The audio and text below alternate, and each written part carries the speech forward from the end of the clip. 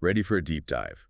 Today, we're tackling a topic that often gets misunderstood: complex PTSD. And we've got a great resource to help us unpack it. The Complex PTSD Workbook, a mind-body approach to regaining emotional control and becoming whole. It's a bit of a mouthful, but trust me, this workbook is packed with insights you'll want to remember. Absolutely. It goes way beyond just defining CPTSD. It's full of actionable techniques for healing. Okay, so let's start with the basics for anyone who might be new to this. Yeah. What exactly is complex PTSD, and how is it different from PTSD, which we hear about more often? That's the crucial distinction this book makes right off the bat. PTSD is usually linked to a single traumatic event, something huge and terrible that happened once. Like a car accident or a natural disaster? Right, exactly. But CPTSD, that's different. It develops from prolonged exposure to trauma, especially during childhood when the brain is still forming. So we're talking about ongoing abuse, neglect, or anything that makes a child feel constantly unsafe, right? You got it. And the impact of that kind of chronic trauma, it runs deep. And that's where Diane's story, the one that opens the book, really hit me. Her experiences, they weren't just isolated incidents. It was this pattern of trauma throughout her childhood. Exactly. Diane's experience with domestic violence, it really tragically illustrates how deep the roots of CPTSD can go. And the way she describes feeling like she should never have been born, it just breaks your heart. You can hear the profound sense of unworthiness that can take root. It's heartbreaking. And what makes CPTSD even trickier is that because this trauma often happens in childhood, the memories can be really fuzzy or even completely blocked out. So someone might not even remember the specific events, but their body still remembers, right? Like the book says, the body keeps score. Exactly. It manifests physically. Those unprocessed traumas have to go somewhere. And that's where the ACE study comes in, which the book talks about. If you heard of the study, it was huge. Over 17,000 participants. And they found that childhood trauma significantly increased the risk of major health problems later in life. It's amazing how much research backs this up now. We're not just talking about the emotional scars, we're talking heart disease, diabetes, even some types of cancer. It's like your body is physically reacting to that early trauma, even years later. And the book does a good job of explaining the science behind it, like how chronic stress just throws your cortisol levels completely out of whack. Cortisol. That's your fight or flight hormone. So imagine like driving a car, but you've got one foot on the gas and the other on the brake at the same time. That's what chronic stress does to your system. It's like your body's in this constant state of overdrive, but it can't keep going like that forever. Exactly. It leads to burnout, exhaustion, and a whole host of health issues. And what's interesting is that the book also talks about how CPTSD can actually lead to chronically low cortisol levels too. It's like your body gets stuck in overdrive for so long that it eventually just shuts down. Right, exactly. Have you ever felt totally overwhelmed, like you just can't even anymore, and then suddenly it's like you go numb? Oh yeah, definitely. That can be a sign of that low cortisol state the book talks about. It's like your body's way of protecting itself from complete overload, but it takes a toll. It does. And it's not just our bodies that are affected by CPTSD. The book also talks about how it impacts our thoughts, those core beliefs we have about ourselves. Yeah, the book calls out those common negative beliefs like, I am unlovable, I am unimportant, I am unworthy. And those beliefs can become so deeply ingrained, like a broken record playing in the background of your mind. It can be incredibly damaging. Absolutely. So the question is, how do you even begin to break free from that kind of negativity? Well, the good news is this workbook offers some real hope. It talks about the importance of consciously replacing those negative beliefs with positive affirmations. So instead of, I am unlovable, it's I am lovable, I am worthy of love. It sounds simple, but I can see how powerful that shift in mindset could be. It is powerful. And the book even suggests writing those affirmations down, repeating them regularly, just like you would train a muscle. That repetition, as basic as it sounds, can be incredibly effective for rewiring those deep-seated thought patterns. It's like you're retraining your brain to see the good, to believe in your worthiness. But here's the thing. Healing from trauma, especially CPTSD, it's not a solo mission. The book really emphasizes the importance of relationships in this process. Absolutely. Healing from trauma, it often thrives in connection. Because if those early relationships, those first experiences with caregivers, If those were the source of the trauma, Right, which is often the case with CPTSD. then it makes sense that trusting others, forming secure attachments, that's going to be a challenge. Exactly. And that's where finding safe and supportive people, folks you can truly be vulnerable with, people who show up consistently, that becomes so essential. It's like rebuilding that foundation of trust brick by brick. It's a beautiful way to put it. It's like those healthy relationships, they can actually help to rewire your nervous system, help you start to feel safe again. So it's not just about positive self-talk. It's about surrounding yourself with positive influences. People who can help you see your worth, who can help you heal. And speaking of healing, the book goes into detail about practical techniques for managing the symptoms of CPTSD. One that stood out was the emphasis on mindfulness. Mindfulness is huge. It's about learning to observe your thoughts and feelings without judgment. So you're not trying to push those difficult emotions away, you're simply acknowledging them. Exactly. It's like learning to surf. You don't fight the waves, you learn to ride them. Okay, pause the deep dive for a second and let that sink in. Learning to ride the waves of your emotions, that's powerful. It is. And mindfulness goes hand in hand with so many of the other techniques the book talks about, like that safe place visualization. Have you ever tried that? Oh, yeah. The safe place visualization, that's a classic for a reason. It's where you create this detailed mental image of a place where you feel completely safe, completely at peace. Yeah, and the book even suggests adding details like protectors or comforting animals to really enhance that feeling of security. It's like building your own little fortress of peace. Exactly. Your own inner sanctuary. I love that. And to build on that sense of safety and calm, the book talks a lot about diaphragmatic breathing. This isn't just your average shallow breathing, right? No. We're talking deep belly breaths. The kind that send a direct message to your nervous system to chill out. It's amazing how such a simple technique can be so effective for calming that fight or flight response. It is. It's like hitting the reset button on your nervous system. Have you ever noticed, like, when you're stressed, you might hold your breath or take these short, shallow breaths? Oh yeah, all the time. Diaphragmatic breathing, that's the antidote. Okay, I'm adding that to my toolkit. And for those of you who are ready to get really in tune with your body, the book also talks about somatic awareness. What is that exactly? Somatic awareness, it's basically becoming super present to the sensations in your body. Which makes sense because we were just talking about how trauma often gets trapped in the body, right? Exactly. It shows up as tension, pain, even numbness. By bringing your awareness to those sensations, you're basically saying to your body, okay, I hear you, I'm here with you. It's like finally listening to those whispers from your body that you might have been ignoring for years. It is. It's a way of reclaiming your physical self. And the book offers a bunch of different techniques for doing that, like body scans. Have you ever done a body scan meditation? Oh, yeah. You basically lie down and you just slowly bring your attention to each part of your body, noticing any sensations that arise without judgment. It's amazing how much you can learn about yourself just by tuning in to those subtle cues from your physical self. Absolutely. And, you know, one thing that really struck me about the book's approach to somatic awareness is this idea of sequencing. Sequencing, what's that? It's how, like, tension naturally flows through your body. So, for example, you know, you might instinctively curl up or push away when something triggers you. Right, like those are natural impulses. Exactly. And instead of suppressing those impulses, the book encourages you to notice them, to, like, mindfully move with them. It's about allowing your body to process the trauma in its own way.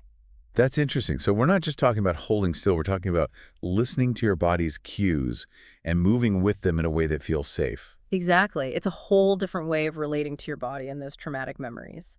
So we've got mindfulness, we've got somatic awareness, and then the book also touches on some more targeted therapeutic approaches like DBT, IFS, and EMDR. Those can sound a little intimidating, so let's break them down a bit. What are those all about? Okay, so let's start with DBT, which stands for Dialectical Behavior Therapy. Okay, DBT, what's the deal with that? It's like a toolkit, right? It gives you skills for building a more balanced life. So DBT focuses on teaching you how to regulate your emotions, how to tolerate distress, and how to navigate relationships in a healthier way. So if you feel like your emotions are all over the place, DBT is like learning how to be the conductor of that train. Yes, you get to steer yourself toward a smoother ride. I like that. What about IFS? That one always seemed intriguing to me. IFS stands for Internal Family Systems. And it's based on this idea that our psyche, like our inner world, it's made up of different parts, and each part has a different role to play. Okay, so give me an example. So you've got your inner critic, right? Everybody knows that one. Yeah. And then you've got your protector, maybe your inner child. It's like this whole cast of characters inside your head. Okay, that's actually a really helpful way to think about it. So it's not about, like, getting rid of those parts of yourself. It's about understanding them and working with them, right? Exactly. And it's based on this idea that each part, even the ones that seem negative, actually has a positive intention. Okay, that's fascinating. So instead of feeling like you're constantly at war with yourself, IFS helps you make peace with all those different parts of yourself. Exactly. It's about creating internal harmony. I love that. Okay, and then there's EMDR. That one's used to process traumatic memories, but it's got a really unique approach, right? Yeah, EMDR stands for eye movement desensitization and reprocessing. Catchy name. Right. So it involves using eye movements or like other forms of bilateral stimulation like tapping to help your brain reprocess those traumatic experiences. So you're basically helping your brain create new neural pathways, new ways of understanding and integrating those past experiences. Exactly. It's like hitting the refresh button on those stuck memories. Okay, before we move on, I have to ask you about something that stood out to me in the workbook, the Goldilocks principle. What's that all about? Oh, yeah, the Goldilocks principle. It's this idea that in order to like regulate your nervous system, you have to be able to identify your own arousal states and then figure out what you need to feel just right. Not too hot, not too cold. So like recognizing when you're too hot, meaning anxious, irritated, or panicky, Right. and when you're too cold, depressed, shut down, hopeless. Exactly. And then from there, you can start to figure out what you need to either energize yourself or calm yourself down. So like if you're feeling too hot, you might need to do some deep breathing or take a walk in nature. And if you're feeling too cold, you might need to call a friend, listen to some upbeat music, or do something that brings you joy. Exactly. It's about finding what works for you to bring you back to that balanced state. It's like finding your own personal reset button. I like that. That's a tool I think we could all benefit from, whether we're dealing with CPTSD or just everyday stress. Absolutely. Speaking of things we can all benefit from, the book also talks about creating a healing space in your home, which I thought was such a cool idea. Oh, yeah, I love that part. And it doesn't have to be anything fancy. It could be as simple as a comfy chair in the corner of your bedroom, a spot in your garden, wherever you feel most at peace. It's about intentionally designing a space that just promotes a sense of calm and well-being. Exactly. It's like creating a physical representation of that inner safe place we were just talking about. But the book suggests making it really sensory, like with soft blankets, calming colors, maybe even some aromatherapy. Yes. Engaging all the senses to create a truly nurturing environment. What are some things that you would include in your healing space? Oh, it's a fun one. I think for me, I would want to incorporate a lot of natural elements. So plants, stones, maybe even just having a window with a really nice view. And of course, comfy pillows, blankets, all that good stuff. Yes, blankets are key. Essential. But the key is really to personalize it. Like, what are the things that make you feel nurtured and restored? Make the space your own. I love that. It's like creating a sanctuary for yourself, a place where you can go to de-stress, recharge, and just be present with yourself. Which actually brings us to another really crucial aspect of healing that the book emphasizes, self-care. Yes. Self-care is not selfish. It's absolutely essential, especially when you're healing from trauma. Absolutely. And for someone with CPTSD, it can be easy to fall into those people-pleasing patterns. Yeah. Or to isolate themselves completely. Yeah, the book talks about those two extremes. Being completely unbounded, like you have no boundaries, you're just trying to please everyone all the time. Right. Or being overly rigid with your boundaries and just isolating yourself completely. It's about finding that balance, right? Exactly, yeah. It's about finding that sweet spot in the middle where you can honor your own needs and limits while also nurturing those connections that are important to you. So it's not just about what you do externally, it's about the relationship you have with yourself. Exactly. And that's an important part of healing, too. Well, we've covered so much ground in this first part of our deep dive into CPTSD. We talked about the difference between CPTSD and PTSD, the impact of trauma on both the mind and body, and we even touched on some of those amazing techniques that this workbook offers for healing. And there's so much more to explore. There is. But before we move on, I'm curious, what's something that stood out to you so far? You know, I think what's striking to me is how common CPTSD actually is. It's not a niche thing. It affects a significant portion of the population. And what I appreciate about this book is that it really normalizes those experiences while also offering hope for healing. I agree. It's so easy to feel alone when you're grappling with the effects of trauma. But the truth is, you're not alone. There are so many others out there who understand what you're going through. And as we're learning, there are so many paths to healing. Absolutely. And effective treatments are available, which is the most hopeful thing of all. Are you ready to dive deeper into some of those treatment options? Let's do it. One thing I really appreciated about this workbook is how it lays out a really clear, phased approach to healing from CPTSD. Okay, so it's not just like, here's a problem, here's a solution. It's more nuanced than that. Exactly. It recognizes that healing from trauma, especially complex trauma, it's a journey. And it's a journey that needs to be taken in stages. So walk me through those stages. What does this phased approach actually look like? So phase 1 is all about building resources. Resources, like what? It's about strengthening your inner support system before you actually dive into processing the trauma itself. Okay, so it's like you're preparing for a marathon, not a sprint. Yeah. You wouldn't just, like, lace up your shoes and run 26 miles without training, right? Exactly. You need to build up your endurance, your strength, your resilience, and that's what this phase is all about. It's about establishing those daily habits that nourish your mind and body. So give me some examples. What kind of habits are we talking about here? Well, the workbook talks about things like creating a regular self-care routine, developing healthy coping mechanisms for stress, and even, remember we were talking about that healing space. Designing a physical healing space in your home can be a really powerful part of this phase too. It's like you're creating that sense of safety and stability in your life so you can then begin to address the trauma without feeling totally overwhelmed. Exactly. It's like building a safe haven before you venture out into the storm. I love that analogy. And I imagine having a strong support network is a crucial part of this phase as well, right? Absolutely. The workbook really stresses the importance of surrounding yourself with people who uplift and support you, people you can be vulnerable with, who will listen without judgment. Because healing from trauma can be incredibly isolating. So having those trusted individuals in your corner, people you can lean on, it's essential. It's like having a team of cheerleaders cheering you on every step of the way. Okay, so you've built that solid foundation. You've got your support system in place. What comes next? That brings us to phase 2, which is where the real work of processing the trauma begins. And this phase, as you can imagine, it often requires professional guidance. So this is where therapy comes in. Exactly. The book really emphasizes the importance of working with a therapist who specializes in trauma, someone who understands the complexities of CPTSD and can help you navigate those challenges safely and effectively. Because I imagine trying to process those traumatic memories on your own, that could actually be really overwhelming and potentially even re-traumatizing. Absolutely. Trauma work is deep work, and it's best done with a trained professional who can create that safe and supportive container for healing. That makes sense. And the book actually talks about a bunch of different therapeutic approaches that can be helpful for CPTSD, right? Yeah. Like EMDR, IFS, and somatic therapy.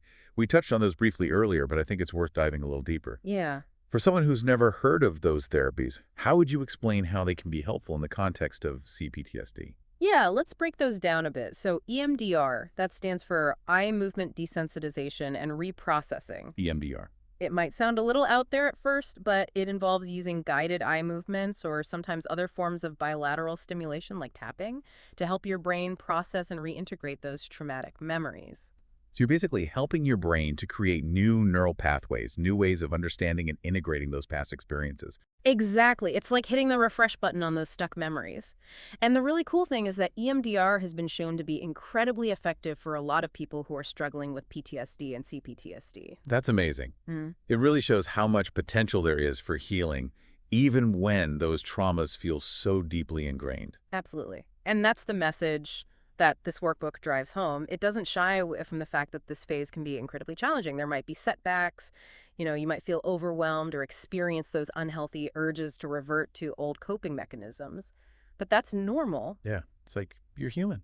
You're allowed to have those moments. Exactly. It's all part of the process. And the key is to have that strong support system in place and to approach yourself with compassion. Remember, healing takes time. It's not a linear journey. It's like that saying, fall down 7 times, stand up 8. Resilience is key. But it's not all about looking back, right? There's a whole future waiting to be written. What does the workbook say about moving forward after you've processed the trauma? That's where phase 3 comes, in integration and moving forward. Okay, so what does that actually look like? Because I imagine it's not as simple as just putting the past behind you and pretending it never happened. You're exactly right.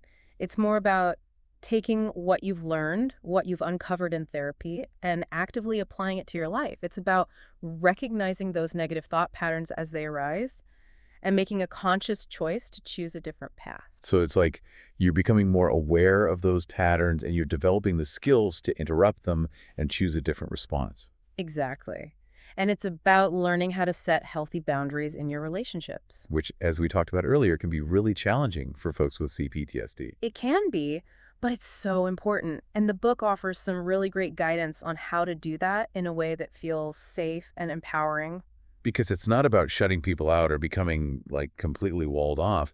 It's about finding that balance between honoring your own needs and also nurturing those connections that are important to you. Exactly. It's about finding that sweet spot. I like that, the sweet spot of boundaries. But it's not just about our external relationships, right? The book also talks about the importance of understanding our family history as part of the healing process. What's the connection there? How does that tie into CPTSD? Oh, that's such a good question.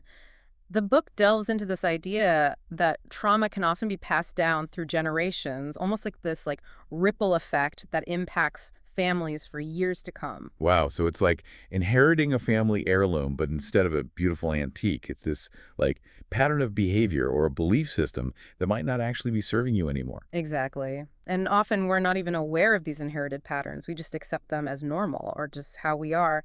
But the book encourages you to really start to dig a little deeper, to explore your family history. Not to place blame, but just to gain a better understanding of yourself. So it's not about judging your parents or your grandparents for the things that they went through or the choices that they made. It's more about understanding the broader context, like how their experiences might have shaped your own. Exactly. The book even encourages you to be curious about your parents' childhoods, your grandparents' lives, even further back if you have that information.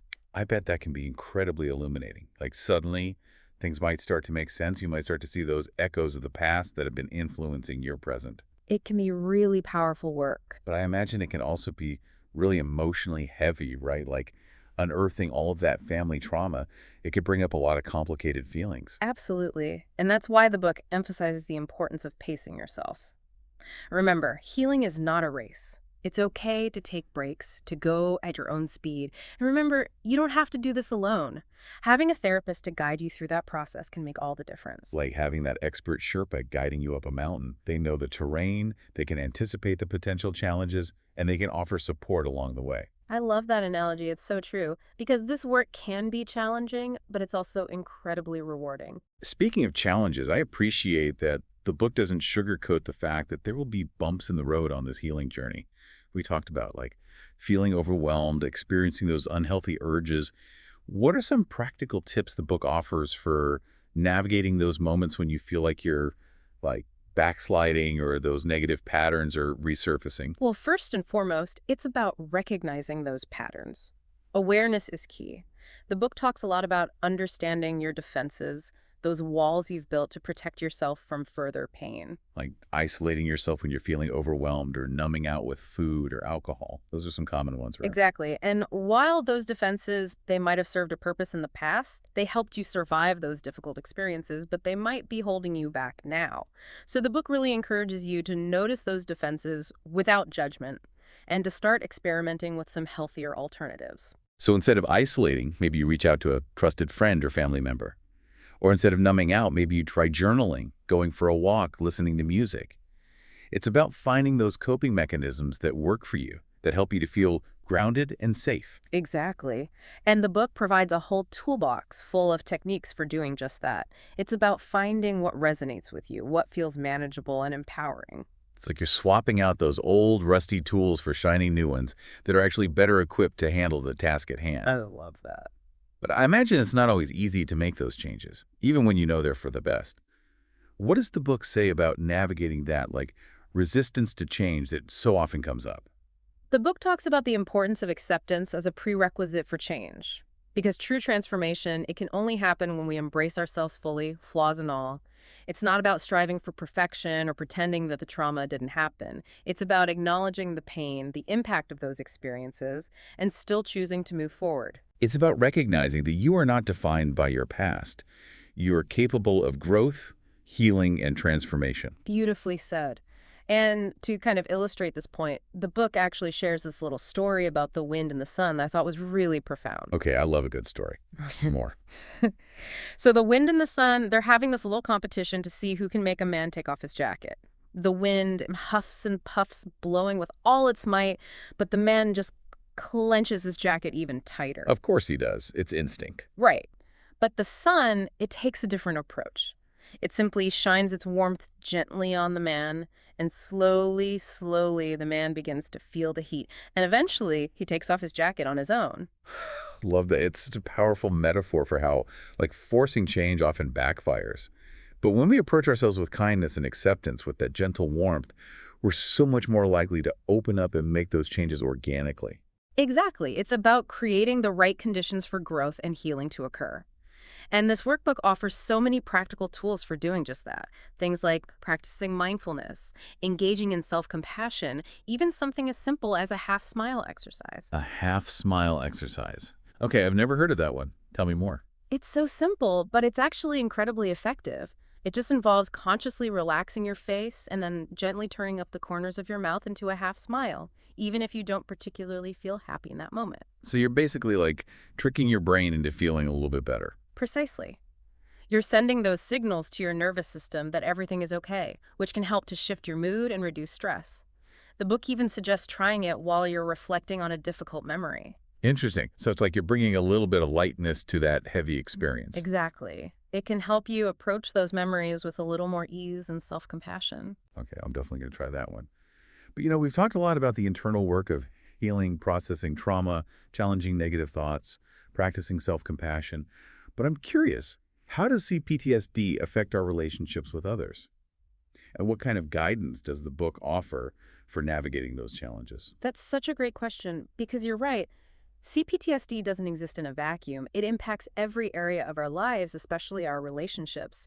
And the book dives deep into this, highlighting how those early experiences, especially with attachment figures like our parents or caregivers, they can create patterns that often repeat themselves in our adult relationships. Because those early experiences, they kind of become the blueprint for how we connect with others, often without us even realizing it. Exactly. And those blueprints, they aren't always serving us well, especially if those early relationships were marked by inconsistency, neglect, or abuse. So where do you even begin to break free from those deeply ingrained patterns? Well, as with so many things, awareness is the first step. The book talks about the importance of understanding your own attachment style, like how you tend to relate to others in close relationships. Because if your early relationships were the source of the trauma, it makes sense that you might have a really hard time trusting people and forming those secure attachments. Exactly. And those patterns, they can manifest in different ways. You might find yourself constantly people-pleasing, afraid to set boundaries, or you might swing the other way and isolate yourself completely, pushing people away before they have a chance to hurt you.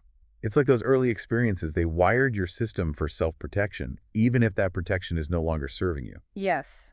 And that's where the book's guidance can be so helpful, because it provides some really practical tools for rewriting those old relationship scripts. So instead of approaching relationships from a place of fear or distrust, you're learning to connect from a place of authenticity and vulnerability. Exactly.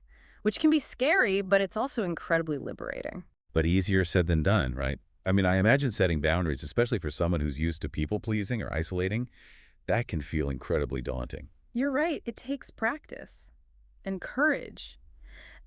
The book emphasizes the importance of tuning in to your own needs and limits and then learning how to communicate those clearly to others. It's about finding that balance between being true to yourself and also nurturing healthy connections with others. Exactly. And it's not about being perfect. It's about recognizing that missteps will happen. Because we're human. We're all learning and growing. Exactly. It's all part of the process. I love that. It's about giving yourself permission to stumble a bit as you find your footing in relationships. Absolutely. And to extend yourself grace along the way. Speaking of grace, I think this ties into another important theme in the book, emotion regulation. It's not just about what we do externally, it's about understanding and managing our inner world as well. Tell me more about that. Emotion regulation, it's such a key part of healing from CPTSD. It's about recognizing that it's okay to have big emotions.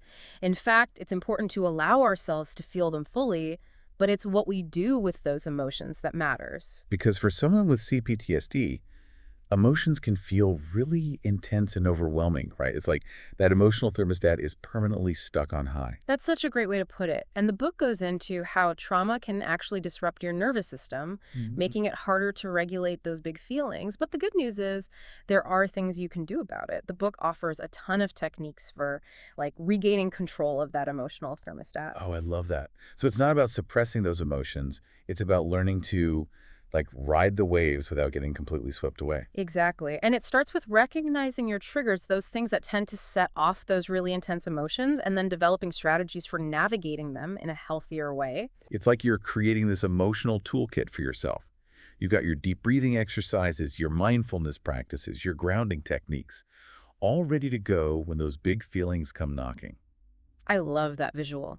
And the book even talks about this concept of distress tolerance, which is essentially building your capacity to handle those difficult emotions without completely falling apart. Which I can imagine would be a game changer for someone who's used to numbing out or shutting down when those intense emotions arise. Hmm. It's about building resilience for it, learning to weather the storm without getting completely swept away. You got it. And the book provides some really concrete tools for doing just that. Remember that safe place visualization we talked about earlier? That's a really powerful tool for regulating those intense emotions. And it also talks about finding healthy distractions when you need to give yourself a break from those big feelings. What kind of distractions are we talking about? Give me some examples. Well, it could be anything that helps you to shift your focus and calm your nervous system. So, listening to music, spending time in nature, watching a funny movie, even just taking a few minutes to focus on your breath. It's about finding what works for you, what helps you to feel grounded and centered. It's like pressing the pause button on those overwhelming emotions, giving yourself a chance to regroup and recharge. Exactly. And sometimes that's all you need to find that sense of calm again. And I imagine that self-soothing plays a big role in emotion regulation as well, right? Yeah, Like being kind to yourself when those big feelings come up. absolutely. The book talks about the importance of nurturing yourself with kindness and compassion, especially when you're feeling emotionally fragile. So that could look like what? Like taking a warm bath, curling up with a good book, listening to calming music, maybe even just wrapping yourself in a cozy blanket. Exactly. It's about finding those things that make you feel nurtured and cared for. And remember, it's not selfish to prioritize your own well-being. It's essential. Especially when you're on this healing journey. You deserve that kindness and care. And this is where that Goldilocks principle comes back into play, right? But this time, it's not just about finding that just right feeling in your body. It's about finding that sweet spot emotionally as well. Yes, you got it. It's about noticing when you're feeling too hot, so anxious, agitated, overwhelmed, and when you're feeling too cold, depressed, withdrawn, numb. And then using those tools that we talked about, the relaxation techniques, the energizing activities, the self-soothing practices, to bring yourself back to that balanced state. Exactly. It's about learning to tune into your body's signals and responding with kindness and compassion. It's about becoming your own emotion regulation expert. I love that. Mhm. But it's not just about managing our emotions, right? The book also talks about the importance of understanding our thoughts and beliefs. Like that's a crucial part of healing from CPTSD as well. Tell me more about that connection. How do our thoughts play into this? This is where things get really interesting because the book talks about how trauma, it can often lead to these negative or distorted thinking patterns, which we then internalize and start to believe as truth. It's like those early experiences, they become the lens through which we view ourselves and the world. And if those early experiences were traumatic, that lens can get, well, a little bit foggy, right? Exactly. And those negative thought patterns, they can become so ingrained that we don't even realize they're there. We just accept them as truth. But the book reminds us that just because we think something, it doesn't make it true. So how do you begin to challenge those deeply ingrained negative beliefs? Where do you even start? Well, the book talks about a few different approaches. One that's often really helpful is cognitive behavioral therapy, or CBT. CBT. Okay, I've heard of that, but I'm not sure I totally understand it. How does that work? So CBT is all about identifying those negative thought patterns and then challenging them with evidence. hmm It's about putting those thoughts on trial, so to speak. hmm I like that, putting those negative thoughts on trial. So it's like, hold on a second thought. I'm not just going to accept you at face value. I need to see some proof. Exactly. It's about questioning those beliefs that are holding you back and replacing them with more realistic and positive ones. And the cool thing is that CBT provides some really practical tools for doing just that. Like what? Give me some examples. One classic CBT tool is called a thought record. It's basically a journal where you track your thoughts, feelings, and behaviors. So you start to notice the connection between what you're thinking, how you're feeling, and how you're behaving. Exactly. It helps you to bring awareness to those patterns. And then there's this technique called disputing questions, where you basically cross-examine your negative thoughts. You ask yourself, what's the evidence for this thought? Is there another way to look at this situation? What would I say to a friend who is having this thought? So you're basically playing devil's advocate with your own negative thoughts, challenging their validity, looking for alternative perspectives. Exactly. It's about shifting those thought patterns from, I'm not good enough, to, I am worthy, I am capable, I am deserving of love and happiness. Which brings us back to the power of those positive affirmations, right? Feeding your mind with those positive, empowering beliefs. Exactly. It's like rewiring your brain for resilience and self-love. But that takes time, doesn't it? And effort. It's Yeah. like you're literally creating new neural pathways, new ways of thinking and being. You're right. It's a process. Yeah. And it takes consistency and commitment, but the rewards are so worth the effort. And I imagine that self-compassion is crucial during this process because it's easy to fall into that trap of self-criticism when you're trying to undo, like, years of negative self-talk, right? Oh, absolutely. Self-compassion is essential here. It's about treating yourself with the same kindness and understanding that you would offer a dear friend. So instead of beating yourself up when you have a bad day or those negative thoughts creep back in, it's about acknowledging those struggles with kindness and reminding yourself that you're human, you're doing your best, and you're worthy of love and support no matter what. Beautifully said. And the book actually offers some wonderful practices for cultivating self-compassion, like mindfulness, meditation, and even just giving yourself a hug. A hug. Now that's a self-care practice I can get behind. Right. It's such a simple but powerful way to show yourself some love and support. Okay, I'm adding that to my list.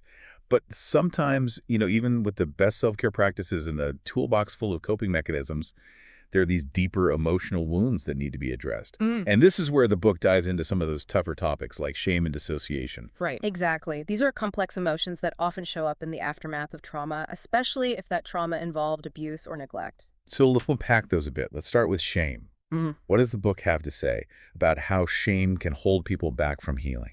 Shame, it's that insidious feeling of being inherently flawed or unworthy. It's that voice inside that says, I'm bad, I'm broken, I don't deserve love or happiness. And it's such a common experience for people who've experienced trauma. Because when bad things happen, especially in childhood, it's so natural to internalize that pain and blame ourselves. Exactly. And the book really emphasizes that shame. It thrives in secrecy and silence. So one of the most powerful antidotes to shame is talking about it, bringing it out into the open. So finding a therapist or a trusted friend or family member who can hold that space for you, who can listen without judgment and offer compassion and support. Exactly. It's about breaking that silence, letting the light in. And then the book also talks about the importance of challenging those shame-based beliefs. It's about recognizing that you are not your thoughts. You are not defined by your It's past. about separating your worth from the experiences that you've endured, which is so important. Okay, and what about dissociation? How does that play into the healing process? Dissociation is a common coping mechanism for people who've experienced trauma. It's our brain's way of protecting us from overwhelming emotions and memories. It's like our minds just kind of check out for a little bit, to shield us from the pain. So it's like a temporary escape hatch. Exactly. But for people with CPTSD dissociation, it can become this deeply ingrained pattern. It's like that feeling of disconnection that becomes the default setting. So it's like they're constantly living in this in-between space, never fully grounded in the present moment or the past. Yes, exactly. And the book offers some really helpful strategies for managing dissociation, like grounding techniques. Grounding techniques, what are those? Grounding techniques are basically just simple exercises that you can do to help yourself feel more connected to your body and the present moment, like focusing on your senses. What do you see, hear, smell, taste, touch? Or pressing your feet into the floor, feeling that grounding support beneath you. It's about bringing yourself back into your body, back into the here and now. Exactly. And the book also emphasizes the importance of mindfulness for managing dissociation. Which makes sense, right? Because mindfulness is all about being present in the moment without judgment. Exactly. And it encourages you to seek professional help if you're struggling with severe dissociation. A therapist can help you to understand those patterns and develop healthier coping mechanisms. It's about remembering that you don't have to do this alone. There's support available. But I'm curious, as we're talking about this healing journey, the book also emphasizes the importance of grief and loss. Why is that such a crucial part of the process? Grief is an essential part of healing from trauma because trauma often involves loss. It might be the loss of your innocence, the loss of your sense of safety, or even the loss of relationships. And those losses can be incredibly painful to process, even if the relationship itself was abusive or unhealthy. Exactly. And the book talks about how unresolved grief, it can really keep you stuck in those patterns of pain and resentment. So it's so important to give yourself permission to grieve those losses, even if it feels messy or complicated. It's about honoring the pain of those experiences, acknowledging that those losses were real and valid. Yes. And the book offers some really helpful suggestions for navigating grief, like journaling, talking to a therapist, or even just allowing yourself to cry. It's about giving yourself permission to feel those emotions, to honor the weight of those experiences. But grief, especially in the context of trauma, can feel so overwhelming. What advice does the book offer for managing those intense waves of sadness or despair? Self-care is paramount. Remember those basic self-care practices we were talking about? Getting enough sleep, eating nourishing foods, moving your body gently. Those things can do wonders for regulating your emotions and just giving you the strength to cope with those really difficult feelings. It's like tending to your inner garden, making sure you're watering the seeds of self-compassion and resilience. I love that imagery. And the book also talks about finding healthy ways to express your grief, whether that's through journaling, talking to a trusted friend, or even listening to music that resonates with your emotions. It's about finding those outlets that feel authentic to you, that allow you to process those emotions in a safe and healthy way. Exactly, because when we bottle up those emotions, they tend to just fester and grow stronger. And that can lead to those unhealthy coping mechanisms that we were talking about earlier, the ones that ultimately don't serve us. But speaking of healing, the book also talks about the importance of forgiveness. And I know that can be such a loaded word, especially for someone who's experienced trauma. So how does forgiveness fit into this framework of healing from CPTSD? You're right. Forgiveness is a tricky one. It can be a really challenging concept to grapple with, especially when the person who hurt you hasn't apologized or taken responsibility for their actions. Because it's not about letting them off the hook or condoning their behavior. Exactly. Forgiveness is really more about you than it is about them. It's about releasing yourself from those feelings of anger and resentment that can keep you trapped in the past. It's about reclaiming your power and choosing to move forward. You got it.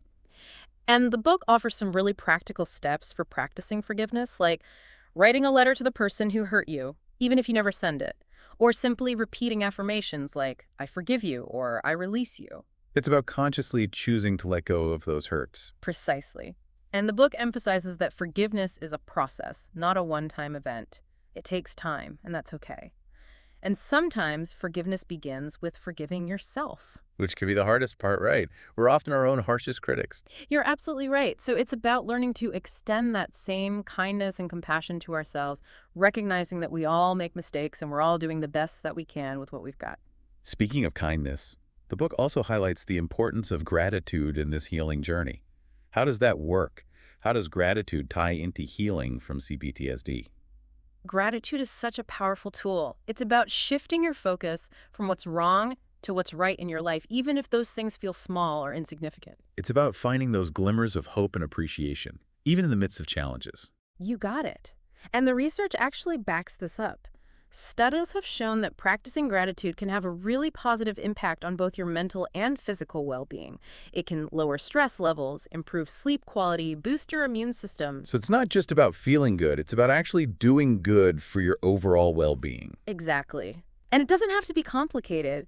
The book suggests things like keeping a gratitude journal, just writing down a few things you're grateful for each day. It could be something as simple as a warm cup of coffee, a sunny day, a kind word from a friend. It's just about training your brain to focus on the good. It's about shifting your perspective, Right. reframing your experiences to see the good, even when things are tough. Exactly. And that shift in perspective, it can make a world of difference. Okay, so we've covered a lot of ground here. Emotion regulation, challenging negative thoughts, healing shame, navigating grief and loss, the importance of forgiveness and gratitude. But there's one more essential ingredient in this healing journey that we can't forget. Self-care. Ah, yes. Self-care, the cornerstone of healing and well-being. It's not selfish, it's essential, especially when you're healing from trauma. Because healing, it takes energy, right? Yeah. And if you're constantly depleted, it's going to make that journey so much harder. You're exactly right. The book emphasizes the importance of replenishing your energy reserves through those nourishing self-care practices. So we're talking about those foundational practices like getting enough sleep, eating nourishing foods, moving your body. Exactly. But it's also about setting boundaries, saying no to things that drain you, and making time for activities that bring you joy.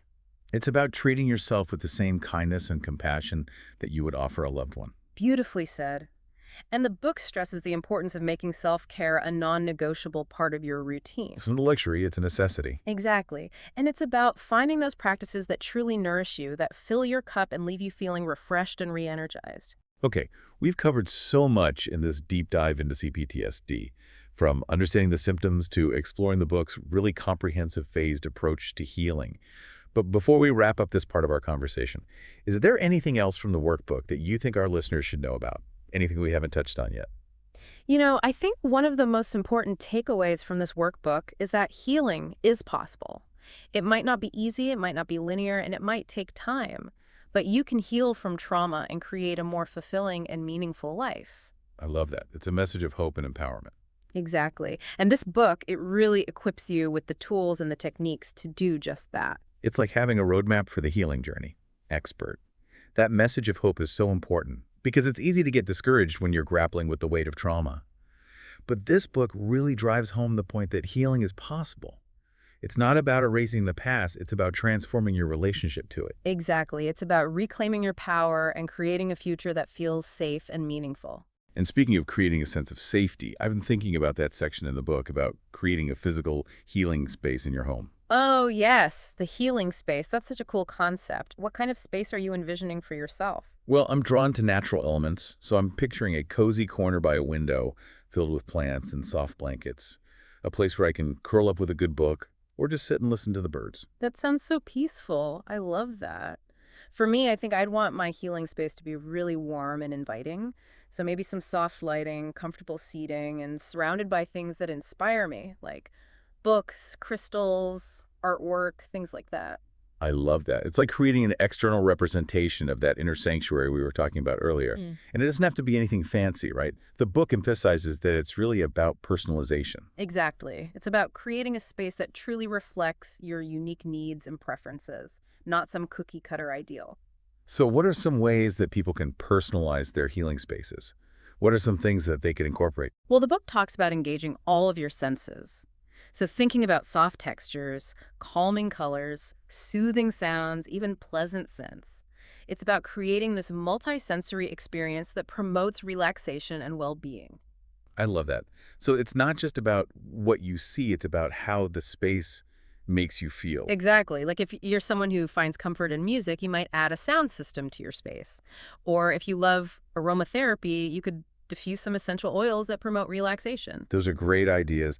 And I imagine it's also important to keep this space clutter-free. Oh, absolutely. Clutter can be so distracting and anxiety-provoking. You want your healing space to feel like a sanctuary, a refuge from the chaos of everyday life. Definitely.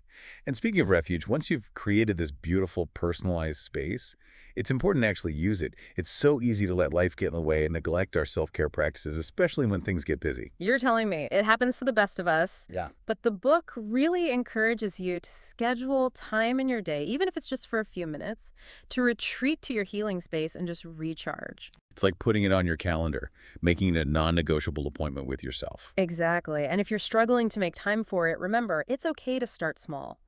Even 5 minutes of deep breathing or reading a few pages of an inspiring book, that's still self-care. That's such an important reminder. It's about progress, not perfection. And every step you take toward nurturing yourself is a step in the right direction. Beautifully said. And that brings us back to one of the core messages of this book. Self-compassion. It's about treating yourself with the same kindness and understanding that you would offer to a loved one. Because you deserve that kindness, too. Absolutely. Well, I think that's a beautiful note to end on. We've explored so much in this deep dive into CPTSD, from understanding of the symptoms and the impact of trauma to the importance of self-care, healthy relationships, and creating a life that feels meaningful and fulfilling. And I just want to reiterate that healing is possible. It's a journey, not a destination, and there is support available every step of the way. So well said. And remember, you are not alone. There are so many people out there who understand what you're going through, and there is hope for a brighter future. Thank you so much for joining me on this deep dive. It's been an honor to learn alongside you. The honor was all mine. And to our listeners, thank you for being here, for your willingness to learn, grow, and heal. Remember, you are worthy of love, healing, and happiness. Until next time, be well.